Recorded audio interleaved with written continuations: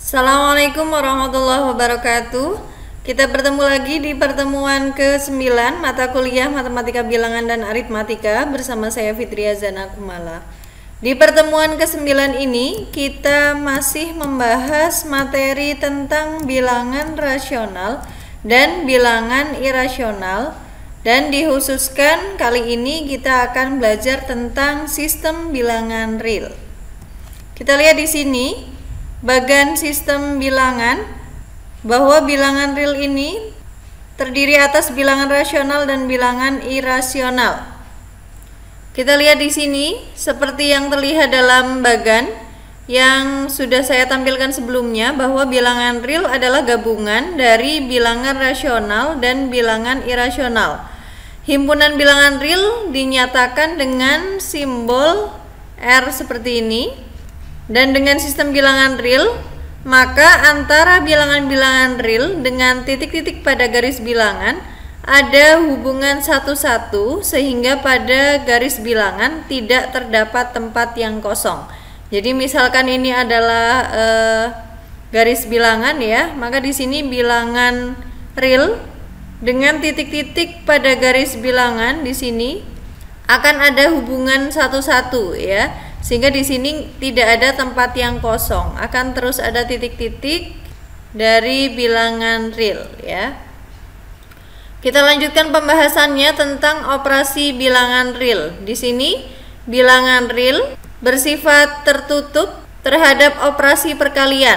Jadi untuk semua bilangan real, maka hasil kalinya akan juga merupakan bilangan real. Jadi di sini misalkan kita ambil sebarang bilangan real, misalkan 3,5 begitu ya. Lalu kita ambil lagi 2. Jika kita kalikan hasilnya 7. 7 juga merupakan anggota himpunan bilangan real. Jadi di sini setiap kita ambil sebarang 2 buah bilangan real, jika kita operasikan, kita kalikan, maka hasilnya juga merupakan bilangan real ya. Di sini R tertutup terhadap operasi perkalian. Kita lihat bahwa himpunan bilangan real juga tertutup terhadap operasi penjumlahan. Jadi jika kita ambil sebarang 2 buah bilangan real, jika kita jumlahkan, maka hasil penjumlahan tersebut juga merupakan bilangan real. Kita lihat sifat yang kedua, di sini komutatif. Jadi operasi perkalian itu bersifat komutatif pada himpunan bilangan real. Untuk setiap A dan B anggota himpunan bilangan real, maka A kali B itu sama dengan B kali A. Jadi sembarang kita ambil 2 buah bilangan real, misalkan 3,5, tadi dikalikan 2 ya, hasilnya adalah 7, maka akan sama dengan 2 dikali 3,5. Jadi tidak ada masalah di sini, dibolak-balik AB itu sama dengan BA. Kita lihat di sini bahwa operasi penjumlahan juga bersifat komutatif pada himpunan bilangan real. Artinya di sini untuk setiap A dan B anggota himpunan bilangan real, maka akan berlaku A ditambah B sama dengan B ditambah A. Misalkan kita ambil A-nya adalah 3,5, B-nya adalah 2, maka 3,5 tambah 2 yaitu 5,5 ya, akan sama dengan 2 ditambah 3,5. Yang ketiga adalah sifat asosiatif. Jadi operasi perkalian bersifat asosiatif pada himpunan bilangan real. Untuk setiap A, B, dan C anggota himpunan bilangan real, maka akan berlaku A dikalikan B. Jadi yang dikurung ini dikerjakan terlebih dahulu, baru dikalikan dengan C, akan sama dengan A dikalikan B dikalikan C ya. Tidak masalah di sini mana yang dikerjakan terlebih dahulu ya. Begitu juga dengan operasi penjumlahan ya. Di sini operasi penjumlahan bersifat asosiatif pada himpunan bilangan real. Jadi untuk sebarang A, B, dan C yang merupakan anggota himpunan bilangan real, maka akan berlaku A ditambah B ya, lalu ditambahkan dengan C itu sama dengan A ditambahkan B ditambah C. Selanjutnya di sini untuk sifat distributif, yang pertama sifat distributif terhadap penjumlahan. Jadi untuk setiap A, B, dan C yang merupakan anggota himpunan bilangan real, maka akan berlaku A dikali B ditambah C, maka akan sama dengan, di sini kita kalikan ya, A dikali B, lalu operasinya adalah penjumlahan mengikuti A dikali C. Maka di sini A dikali B ditambah C sama dengan A dikali B ditambah A dikali C. Yang kedua, di sini Untuk setiap A, B, dan C yang merupakan anggota himpunan bilangan real, maka akan berlaku A ditambah B, ya, baru dikalikan dengan C, itu sama dengan, kita kalikan A dikali C, lalu operasinya adalah penjumlahan B dikali C. Jadi di sini A ditambah B dikali C itu sama dengan A dikali C ditambah B dikali C.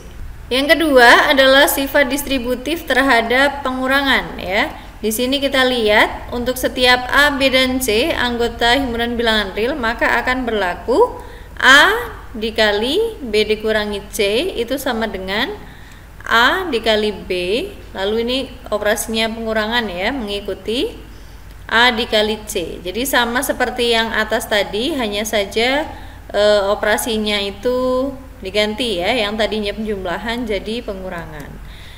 Yang selanjutnya, untuk setiap A, B, dan C anggota himpunan bilangan real, maka berlaku A dikurangi B, lalu dikalikan dengan C, itu akan sama dengan A dikali C, lalu dikurangi dengan B dikali C, ya.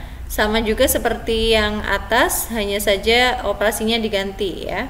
Yang kelima, adanya unsur identitas. Jadi kita perhatikan bahwa terdapat satu yang merupakan anggota himpunan bilangan real untuk semua A yang merupakan anggota himpunan bilangan real, sedemikian sehingga berlaku A dikalikan dengan 1 sama dengan 1 dikali A sama dengan A itu sendiri.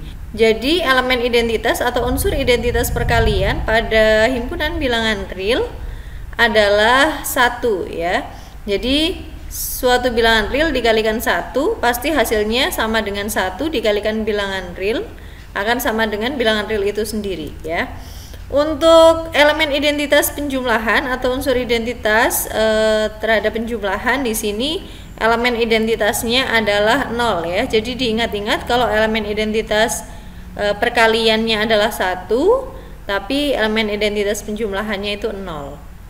Di sini terdapat 0 yang merupakan anggota himpunan bilangan real untuk semua A anggota himpunan bilangan real, sedemikian sehingga berlaku A itu tadi bilangan realnya, ya, ditambahkan dengan 0 akan sama dengan 0 ditambahkan dengan A sama dengan A itu sendiri.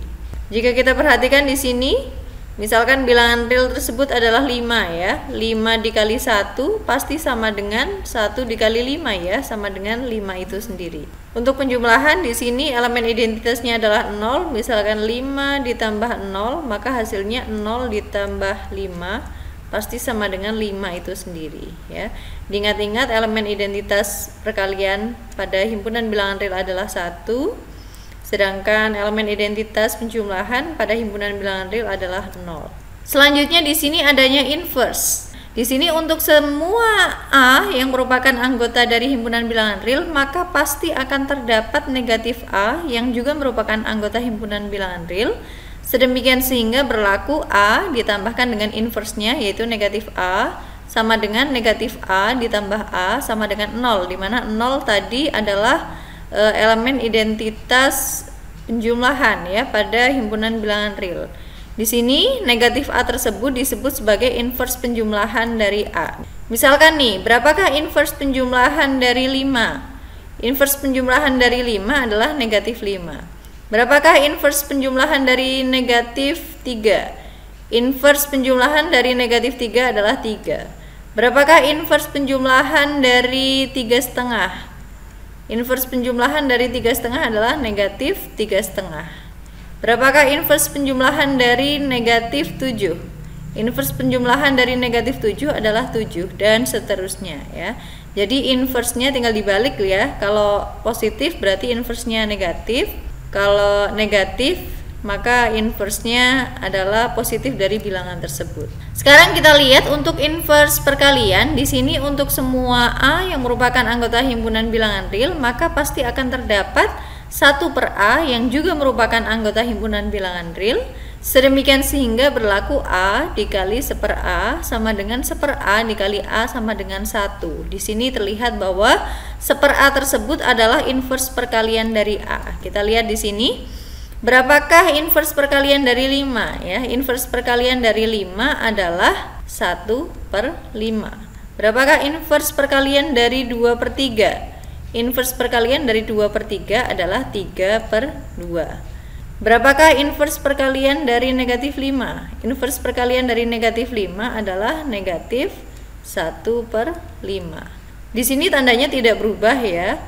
Negatif tetap negatif, positif juga tetap positif. Yang berubah hanya letaknya ya. Yang tadinya pembilang jadi penyebut, yang tadinya penyebut jadi pembilang ya. Beda dengan tadi inverse penjumlahan ya. Inverse penjumlahan dari suatu bilangan adalah bilangan tersebut ya dengan tandanya dirubah ya, berkebalikan ya. Kalau positif jadi negatif, negatif jadi positif. Tapi kalau inverse perkalian hanya letaknya saja yang berubah, tanda tidak ada yang berubah.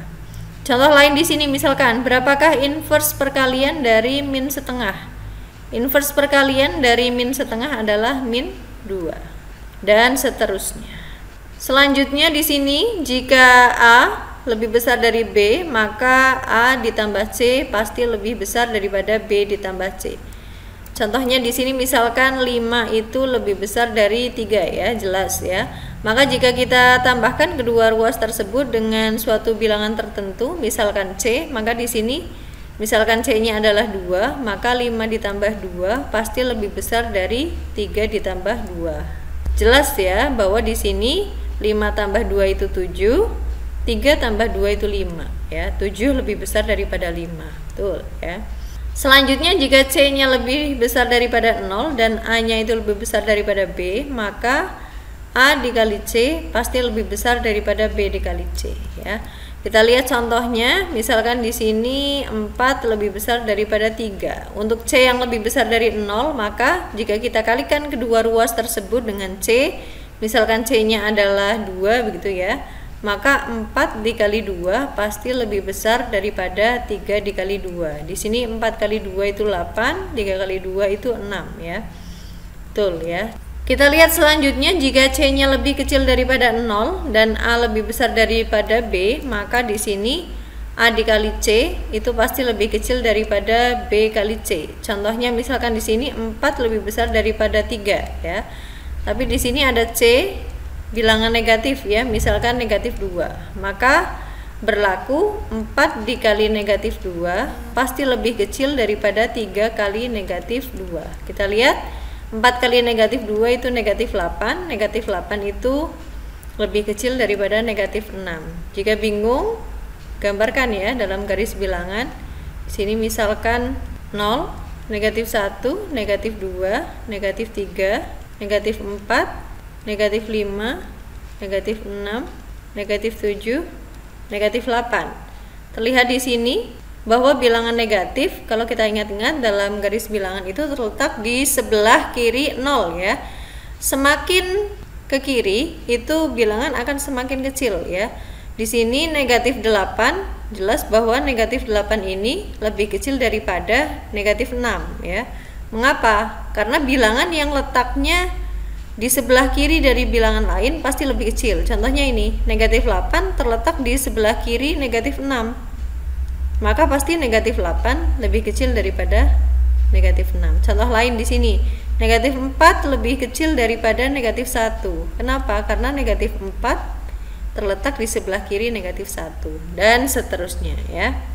Selanjutnya akan kita bahas tentang penggunaan bilangan real untuk memecahkan masalah. Jadi dengan adanya bilangan real maka kita bisa memecahkan masalah ya, terutama dalam kaitannya dengan masalah yang berkaitan dengan kehidupan sehari-hari. Di sini contohnya adalah perbandingan senilai.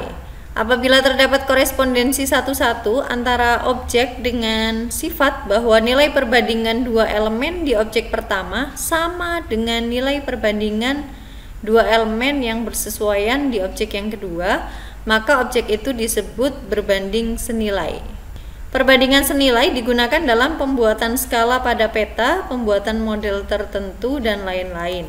Di sini contohnya, semakin banyak jumlah buku yang kalian beli, maka akan semakin banyak pula uang yang harus kalian keluarkan untuk membayar. Ya. Begitu juga sebaliknya nih, kalau perbandingan senilai semakin rendah sesuatu, maka yang lain mengikuti ya. Artinya di sini contohnya misalkan semakin sedikit buku yang kalian beli, maka semakin sedikit pula uang yang kalian keluarkan untuk membayar. Contoh lain misalkan di sini Semakin banyak semester yang kalian lalui dalam perkuliahan, ya, maka akan semakin besar pula uang yang kalian keluarkan untuk membayar SPP. Gitu. Semakin sedikit semester yang kalian lewati, maka biayanya pun akan semakin rendah, gitu ya. Jadi kalau yang satu naik, yang lain juga naik, yang satu turun, maka yang lain juga turun. Itulah perbandingan yang senilai. Tapi di sini kebalikannya nih, kalau perbandingan berbalik nilai, maka di sini terdapat korespondensi satu-satu antara objek dengan sifat bahwa nilai perbandingan dua elemen di objek pertama itu berbalik nilainya nih dengan nilai perbandingan dua elemen yang bersesuaian di objek kedua. Nah, jika terjadi keadaan demikian, maka kedua objek tersebut disebut berbalik nilai. Contohnya seperti apa ya? Contohnya misalkan semakin banyak pekerja yang dipekerjakan untuk membangun sebuah gedung, maka otomatis semakin cepat waktu pengerjaannya, ya, semakin cepat selesai pekerjaannya. Begitu juga sebaliknya, jika jumlah pekerjanya sedikit, maka hari pengerjaan pembuatan gedung tersebut malah justru akan semakin lama, ya. Contoh lain misalkan, semakin banyak ayam yang dipunya oleh seorang, maka stok pakan ayam akan semakin habis, ya, cepat habis. Begitu juga sebaliknya, kalau jumlah ayamnya sedikit, maka akan semakin irit, ya. Berarti jumlah hari habis pakan tersebut akan semakin lama, ya. Di sini kalau perbandingan berbalik nilai, jika yang satu naik, yang satu justru turun, ya. Begitu juga sebaliknya, kalau variabel yang satu turun, malah yang lain naik, ya. Beda dengan yang senilai tadi, yang satu naik, yang lain ikut naik. Kalau yang satu turun, yang lain ikut turun. Kalau berbalik nilai, namanya aja berbalik, ya. Berarti kalau yang satu naik, yang satu turun. Kalau yang satu turun, malah yang lain naik. Gitu.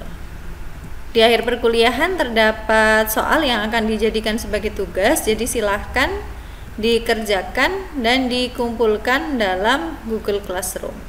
Inilah akhir perkuliahan dari mata kuliah Matematika Bilangan dan Aritmatika di pertemuan ke-9. Mohon maaf apabila terdapat kesalahan. Kita bertemu lagi di pertemuan ke-10 minggu depan. Terima kasih atas perhatiannya. Wassalamualaikum warahmatullahi wabarakatuh.